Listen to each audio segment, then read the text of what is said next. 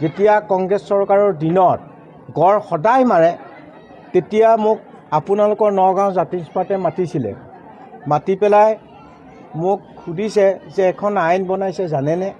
বোলো কি আইন? বোলে গড়ৰ খৰ্গটো কাটি আনি অন্য হাবিত এৰিলে তেতিয়া চোৰাং চিকাৰীয়ে নেমাৰে। বোলো কোনে আইন বনাইছে? বোলে বন মন্ত্ৰী আৰু চিফ মিনিষ্টাৰে বনাইছে। বোলো আইন বনাবলৈ পঠিয়াইছিলোঁ নেকি?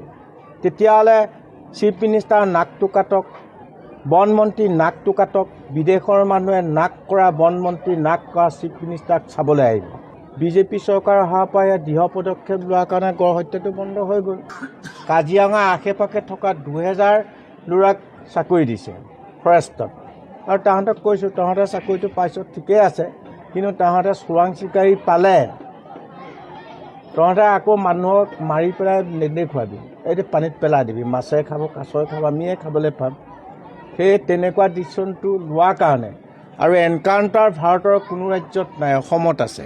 সেইকাৰণে সেইটো কৰাৰ কাৰণে এতিয়া চোৰাং চিকাৰী শেষ হৈ গৈছে, আৰু য'ত এটা দুটা আছে তাকো খানি খুৰুকি উলিয়াইছে। সজাগতা কমিটি এখন বনাই গাঁৱে ভূঞে এটাইতকৈ ডেঞ্জাৰ শোণিতপুৰ ডিষ্ট্ৰিক্ট, তাতে চোৰাং চিকাৰীটো বেছি আছে।